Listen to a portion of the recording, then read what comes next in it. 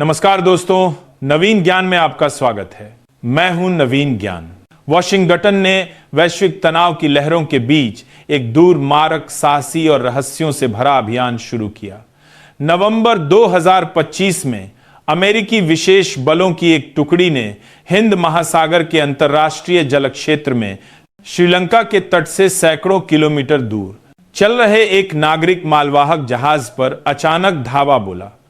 जब जहाज की पहचान चीन से रवाना होकर ईरान जा रहे एक संवेदनशील खेप को ले जाने वाले पोत के रूप में हुई और ईरान उस समय बैलिस्टिक मिसाइल विकास कार्यक्रम के कारण कड़ी निगरानी में था, तो अमेरिकी बलों ने कई दिनों तक गुप्त रूप से जहाज के मार्ग पर नजर रखी और फिर एक त्वरित छापे में द्विउपयोग उपकरण जब्त करने पर ध्यान केंद्रित किया।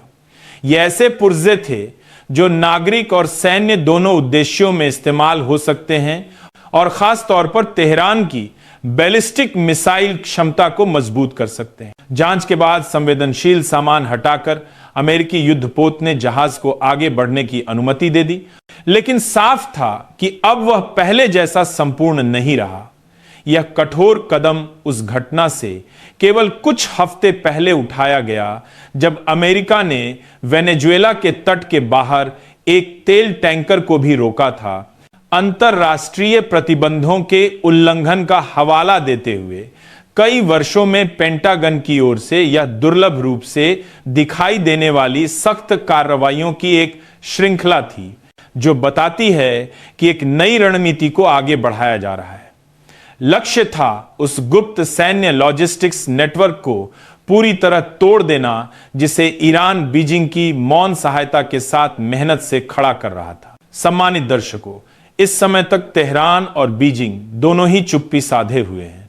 हालांकि चीन के विदेश मंत्रालय के प्रवक्ता गुओ जियाकुन ने पहले वेनेजुएला के पास पकड़े गए तेल टैंकर से जुड़े समान मामलों की निंदा की थी और कहा था कि चीन एक तरफा अवैध प्रतिबंधों का विरोध करता है, साथ ही अंतर्राष्ट्रीय कानून के किसी आधार के बिना या संयुक्त राष्ट्र सुरक्षा परिषद की अनुमति के बिना विस्तारित क्षेत्राधिकार लागू करने का भी विरोध करता है। हिंद महासागर के बीच इस छापे के बाद तेहरान और बीजिंग की असामान्य चुप्पी केवल जनमत से बचने की रणनीति नहीं है, बल्कि यह उस खेप के अत्यधिक महत्व की ओर भी इशारा करती है जिसे अमेरिकी विशेष बलों ने जब्त किया। हालांकि अभियान नवंबर में हुआ था, लेकिन 12 दिसंबर 2025 तक ही दो वॉल स्ट्रीट जर्नल यानी WSJ ने इस जानकारी का खुलासा किया, एक गुमनाम अमेरिकी अधिकारी के हवाले से। कई पर्यवेक्षकों का मानना है कि जब्त किया गया माल ईरान के अत्यंत गोपनीय बैलिस्टिक मिसाइल कार्यक्रम के लिए घटक हो सकता है, वही मुद्दा जो दशकों से वॉशिंगटन के लिए सिरदर्द बना हुआ है। यह अभियान राष्ट्रपति डोनाल्ड ट्रंप के कार्यकाल में लागू किया गया और विदेश व सैन्य नीति में एक स्पष्ट मोड़ का संकेत देता है। नीति रक्षा प्रधान रुख से हटकर समुद्री मार्गों पर सक्रिय पीछा करने की ओर बढ़ी। खास तौर पर चीन से प्रतिबंधित देशों तक संवेदनशील सामग्री की संदिग्ध ढुलाई वाले समुद्री मार्ग अब प्राथमिक लक्ष्य बन रहे हैं। अमेरिकी रक्षा मंत्रालय ने बताया कि राष्ट्रपति डोनाल्ड ट्रंप के निर्देश के अनुसार इस अभियान के बाद किसी भी चीज को नजरअंदाज नहीं किया जा सकता।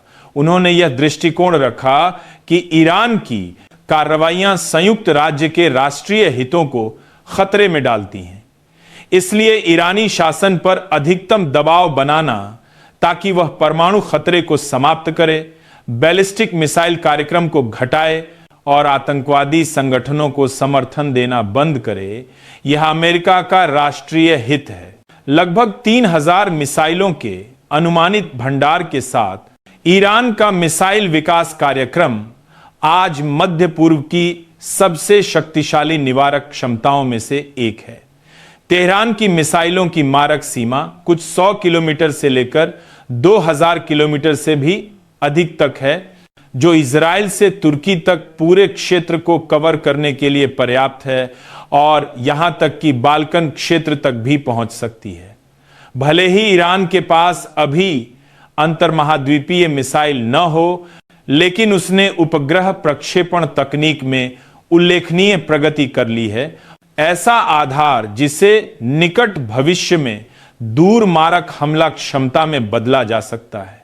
इस तेज विकास ने वॉशिंगटन, तेल अवीव और रियाद तीनों को अत्यधिक सतर्क कर दिया है। और हाल का यह हमला केवल ईरान के लिए संदेश नहीं है, बल्कि एक संकेत है जो कई हॉटस्पॉट तक फैलता है।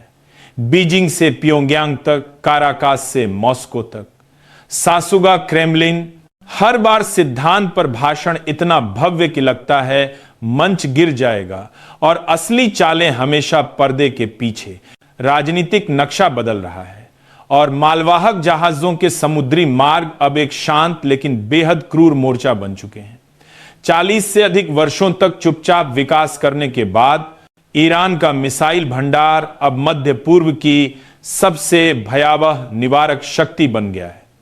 वर्ष 2000 से ईरान ने ठोस ईंधन का उपयोग अपनाया, जिससे शहाब, गद्र और सैजिल जैसी मिसाइल श्रृंखलाओं की गतिशीलता और सटीकता बढ़ी। 2010 के दशक में शीर्ष प्राथमिकता मार्गदर्शन क्षमता में सुधार करना, क्रूज और एंटी शिप मिसाइलों का विकास करना और पूरे क्षेत्र में प्रतिनिधि बलों को तकनीक हस्तांतरित करना रही है। लेबनान में हिजबुल्लाह से लेकर यमन में हौथी तक और इराक व सीरिया के सशस्त्र समूहों तक।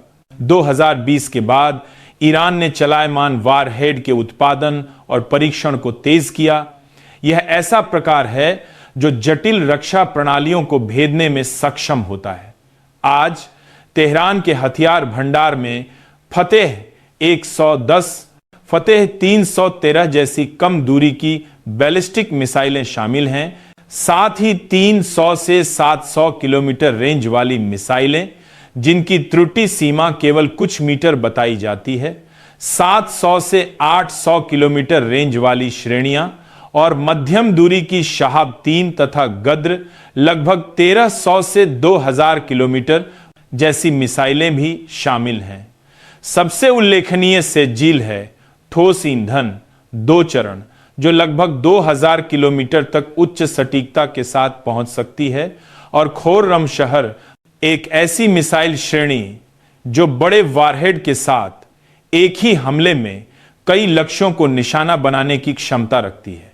इसके अलावा ईरान के पास सुमार जैसी क्रूजर्स मिसाइल है, जो कम ऊंचाई पर उड़ान भरती है और जिसकी रेंज 2000 से 3000 किलोमीटर बताई जाती है, और या अली, जिसकी रेंज लगभग 700 किलोमीटर है।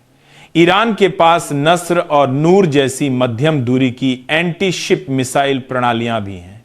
ये सभी मिलकर समुद्र तक फैले एक जटिल आक्रमण नेटवर्क का निर्माण करते हैं। चरम स्थिति जून 2025 में आई, जब इजराइल ने ऑपरेशन राइजिंग लायन शुरू किया, जिसका उद्देश्य ईरान की परमाणु और मिसाइल सुविधाओं को नष्ट करना था। जवाब में तेहरान ने 12 दिनों के भीतर इजराइल के क्षेत्र में 550 से अधिक बैलिस्टिक मिसाइलें और 1000 से अधिक कामिकाजे ड्रोन दागे।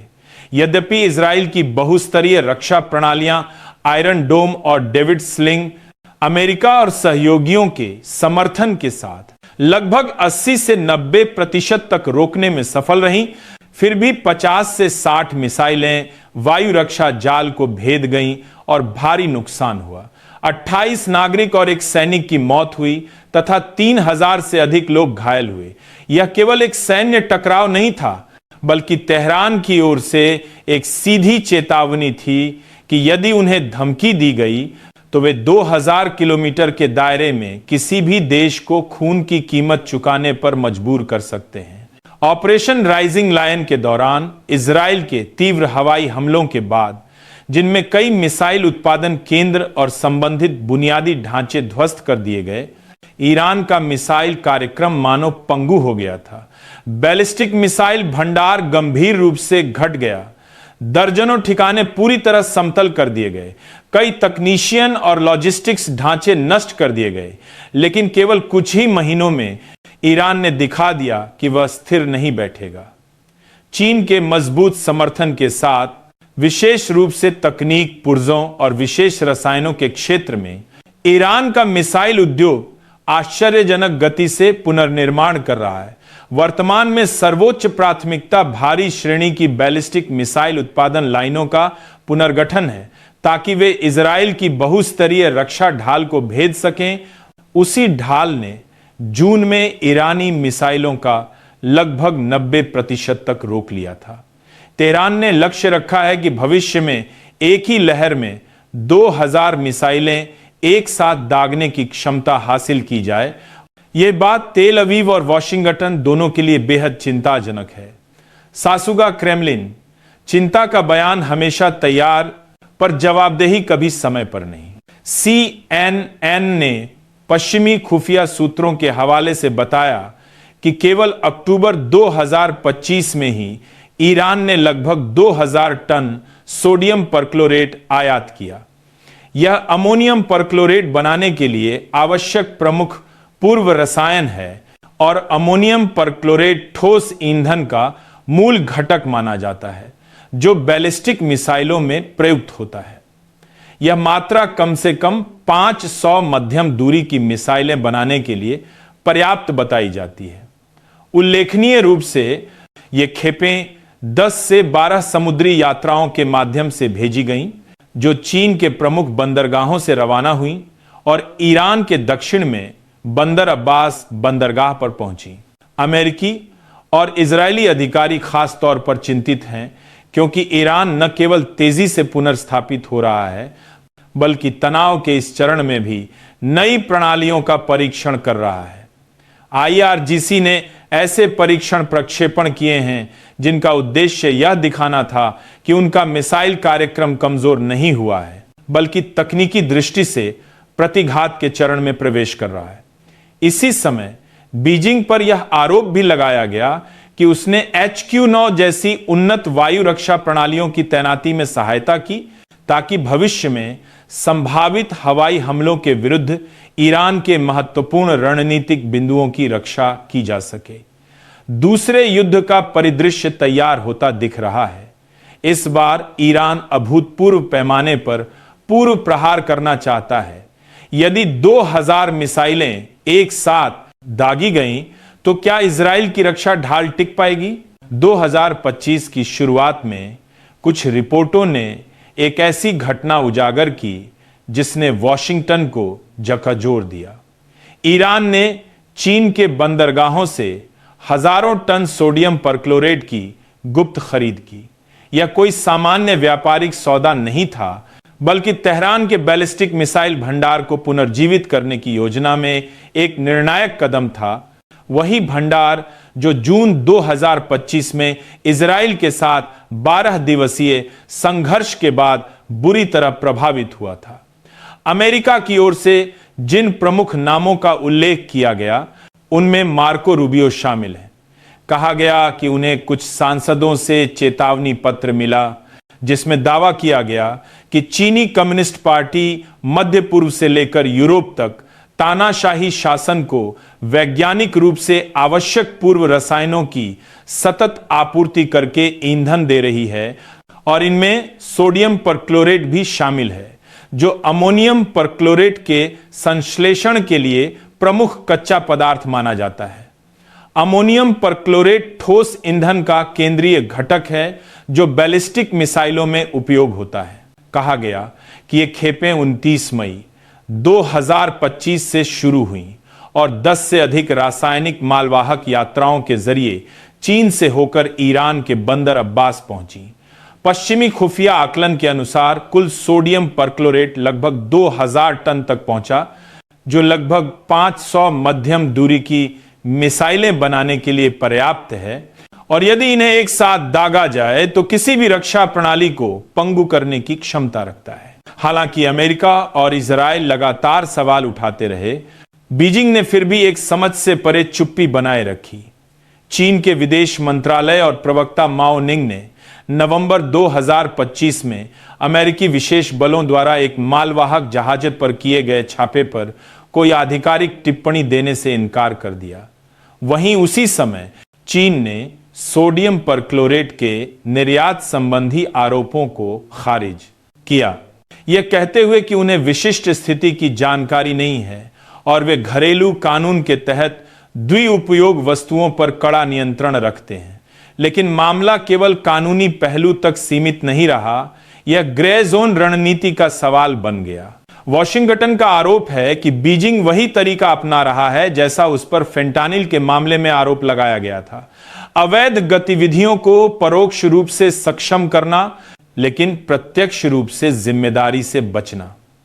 चूंकि सोडियम परक्लोरेट हर बार अंतर्राष्ट्रीय प्रतिबंध सूचियों में स्पष्ट रूप से सूचीबद्ध नहीं होता, इसलिए चीन पर यह आरोप लगाया गया कि वह आधिकारिक उत्तरदायित्व से बच जाता है, लेकिन फिर भी प्रतिबंधित कार्यक्रमों के लिए ज्वलनशील कच्चा माल उपलब्ध करा देता है और संभवतः नवंबर 2025 में महासागर के बीच हुई यह कार्रवाई गुप्त हथियार आपूर्ति श्रृंखला के विरुद्ध एक राजनीतिक तथा सैन्य प्रतिघात थी जिस पर पूरी दुनिया की निगाहें टिकी थीं। जब वॉशिंगटन किसी एक पूर्व रसायन को प्रतिबंध सूची में डालता है तो बीजिंग पर आरोप है कि वह तुरंत एक अन्य संस्करण या विकल्प की ओर शिफ्ट हो जाता है, ऐसा विकल्प जो सूची में नहीं होता लेकिन वही परिणाम पैदा कर सकता है। सूची जितनी लंबी होती जाती है, छिद्र उतने बढ़ते जाते हैं और यह पीछा कभी खत्म नहीं होता। लेकिन नवंबर 2025 की शुरुआत में कहा गया कि परिदृश्य अचानक बदल गया जब दोनों पक्षों के बीच उच्च स्तर पर एक गुप्त यात्रा और समझौता हुआ जिसमें रासायनिक पूर्व रसायनों पर नियंत्रण कड़ा करने के बदले कुछ शुल्क रियायतें शामिल थीं। पर जिस समय एक मोर्चे पर दरवाजा बंद होता दिखा, उसी समय वह मध्य पूर्व में खुल गया। चीन पर आरोप है कि उसने ईरान को सोडियम परक्लोरेट ठोस ईंधन निर्माण का पूर्व रसायन शेल कंपनियों के माध्यम से बेचा। भले ही बीजिंग अब भी अंतर्राष्ट्रीय प्रस्तावों का पालन करने की बात करता रहा, कथित तौर पर वास्तविकता एक अलग कहानी प्रस्तुत करती है। सोडियम परक्लोरेट के नागरिक उपयोग हो सकते हैं, लेकिन यह अमोनियम परक्लोरेट बनाने का सीधा पूर्व रसायन भी है और अमोनियम परक्लोरेट को ठोस ईंधन तथा मिसाइल कार्यक्रमों से जुड़ा होने के कारण कड़े नियंत्रण में रखा जाता है। कानूनी खामियों के जरिए चीन पर आरोप है कि वह नियमों के छिद्र का लाभ लेकर त्वरित दंड से बच सकता है। परिणाम स्वरूप अंतर्राष्ट्रीय व्यवस्था कमजोर होती है, प्रतिबंध लागू करना कठिन होता है, जबकि ईरान का बैलिस्टिक मिसाइल कार्यक्रम तेजी पकड़ता है। पश्चिमी खुफिया एजेंसियों के अनुसार रासायनिक खेपों के पीछे एक ब्लैक फ्लीट भी हो सकती है, एक गुप्त आपूर्ति श्रृंखला जो IRGC के नेटवर्क के लिए काम करती है और चीन के दालियान में स्थित कई शेल कंपनियों से जुड़ी है। कुछ संस्थाओं पर कथित रूप से अप्रैल 2025 में अमेरिकी ट्रेजरी विभाग ने प्रतिबंध लगाए क्योंकि वे तेहरान की ओर से बैलिस्टिक मिसाइल ईंधन से जुड़ी वस्तुओं की खरीद में शामिल थीं। यह कहानी व्यापार के दायरे से बहुत आगे निकल चुकी है। यह तकनीक, कानून और कूटनीति के छाया युद्ध का एक मोर्चा है, जहां चीन, ईरान और अमेरिका शक्ति के हर इंच पर खींचतान कर रहे हैं। ईरान की मिसाइल आपूर्ति श्रृंखला के खिलाफ अभियान एक नए वैश्विक चरण में पहुंच गया है, क्योंकि वॉशिंगटन ने घरेलू रोक टोक मॉडल से हटकर समुद्र में पूर्व प्रहार की रणनीति अपनाई है। चीन से ईरान जा रहे जहाज पर अमेरिकी विशेष बलों का धावा और द्विउपयोग खेप का नष्ट या जब्त किया जाना अंतर्राष्ट्रीय खुफिया जगत में एक बड़ा झटका माना गया। कुछ खुलासों के अनुसार जब्त किए गए पुर्जे पारंपरिक हथियारों में भी इस्तेमाल हो सकते थे और उन्हें ईरान की एक ऐसी कंपनी तक पहुंचाया जा रहा था जो बैलिस्टिक मिसाइल कार्यक्रमों को आपूर्ति करती है। सब कुछ नागरिक व्यापार के आवरण में छिपाया गया था, लेकिन अमेरिकी खुफिया तंत्र को चकमा नहीं दे सका। ताइवान के सैन्य शोधकर्ता शिनमिंग शिह ने कहा कि यह अभियान दिखाता है कि अमेरिका चीन से निकलकर हिंद महासागर और श्रीलंका के निकट गुजरने वाले समुद्री मार्ग पर कड़ी नजर रखता है। दक्षिण चीन सागर के बजाय हिंद महासागर में अवरोधन स्थल चुनना एक रणनीतिक निर्णय था ताकि चीनी नौसेना के साथ सीधे टकराव का जोखिम कम रहे। इस कार्रवाई की तुलना महासागर में तस्करी रोधी अभियानों के सैन्यकृत संस्करण से की गई। माल को गंतव्य पर पहुंचने का इंतजार करने के बजाय परिवहन मार्ग पर ही रोकना यह अधिक प्रभावी भी है और अत्यंत मजबूत निवारक प्रभाव भी पैदा करता है। ताइवान के एक रणनीतिक अध्ययन संस्थान के निदेशक सु तजू यून ने कहा कि चीन अक्सर जिम्मेदारी से बचने के लिए अस्पष्ट कारणों का सहारा लेता है। उदाहरण के तौर पर जब ईरान दावा करता है कि रसायन केवल उर्वरक या कृषि के लिए हैं, तो बीजिंग कह सकता है कि उपयोग के उद्देश्य में बदलाव के लिए हम जिम्मेदार नहीं हैं, लेकिन अमेरिका को धोखा नहीं दिया जा सका। अमेरिकी ट्रेजरी विभाग के अनुसार MVM नामक एक खरीद नेटवर्क 2023 से सक्रिय है, जो चीन से सोडियम परक्लोरेट और संबंधित पूर्व रसायनों के टन के हिसाब से खरीद करता रहा है और उसे ईरान के रक्षा औद्योगिक तंत्र से जुड़ी एक इकाई तक पहुंचाता रहा है, जिस पर अमेरिका ने 2008 से प्रतिबंध लगाए हुए हैं। कथित तौर पर व्यापारिक कंपनियों के पीछे IRGC का एक छाया नेटवर्क है जिसे ब्लैक फ्लीट संचालित करता है। छद्म जहाज, शेल कंपनियां और नकली चालान, यह दूसरा मोर्चा है जहां गोलियों की आवाज नहीं होती, लेकिन प्रभाव वैश्विक स्तर पर गूंजता है। सासुगा क्रेमलिन, चेहरे पर गंभीरता और पर्दे के पीछे वही पुरानी चालें, नीति की कहानी हर बार नई, तरीका वही। 27 मई 2025 को एक मोड़ के रूप में वर्णित किया गया जब संयुक्त राष्ट्र ने ईरान पर हथियार और परमाणु प्रतिबंधों को आधिकारिक रूप से बहाल किया। ये प्रतिबंध यूरेनियम संवर्धन गतिविधियों, ऐसे बैलिस्टिक मिसाइल अनुसंधान जो परमाणु वारहेड ले जा सकता हो और ईरान के हथियार कार्यक्रम से जुड़ी सामग्री की जब्ती व विनाश को अनुमति देने तक फैले। इसके तुरंत बाद कहा गया कि अमेरिका ने एक प्रभावी और जोखिम भरा कदम उठाया। हिंद महासागर में चीन से ईरान जाने वाले मालवाहक जहाजों को रोकने का अभियान। हालांकि कई अधिकारियों ने नष्ट की गई खेप का विवरण सार्वजनिक नहीं किया, लेकिन CNN और अन्य स्रोतों की रिपोर्टों के बाद चीन की अचानक चुप्पी ने बहुत कुछ संकेत दिया। जिन वुल्फ वॉरियर्स ने पहले अंतरराष्ट्रीय कानून का पालन करने की बातें की थीं, वे अचानक मौन हो गई। स्पष्ट रूप से जब्त किए गए सामानों में ऐसे घटक थे जो सीधे प्रतिबंधों का उल्लंघन करते थे, न कि केवल ग्रे जोन वाले माल। यह अभियान न केवल ईरान की मिसाइल आपूर्ति लॉजिस्टिक्स लाइन को तोड़ने का प्रयास था, बल्कि राष्ट्रपति डोनाल्ड ट्रंप की ओर से बीजिंग के लिए एक स्टील चेतावनी भी। यदि अमेरिका हिंद महासागर में कार्रवाई कर सकता है, तो दक्षिण चीन सागर, ताइवान जलडमरु मध्य या बेल्ट एंड रोड इनिशिएटिव के किसी भी बिंदु को भी उसकी पहुंच से बाहर नहीं माना जा सकता। इस घटना ने उन आरोपों को और उजागर किया जिनमें कहा गया कि सुरक्षा परिषद का स्थायी सदस्य होते हुए भी चीन उसी नियम व्यवस्था को कमजोर कर रहा है जिसे वह बचाने का दावा करता है। शांति की बातें मुख से और नियंत्रित या प्रतिबंधित मिसाइल तथा परमाणु कार्यक्रमों के लिए सहायता के आरोप व्यवहार में। यही वह विरोधाभास है जिसने भू राजनीतिक अस्थिरता को केवल मध्य पूर्व तक सीमित न रखकर वैश्विक स्तर पर फैला दिया। और इस बार अमेरिका ने लंबी बैठकों के बजाय कार्रवाई को चुना। परिणाम यह रहा कि अंतर्राष्ट्रीय समुद्र में ही कुछ संपत्तियां या घटक नष्ट कर दिए गए और उल्लेखनीय हस्तक्षेप नहीं हुआ। इसे खुफिया, कूटनीति और सैन्य संचालन के लिहाज से मॉडल प्रहार बताया गया। एक ऐसा मौन संदेश जो सीधे बीजिंग तक पहुंचा।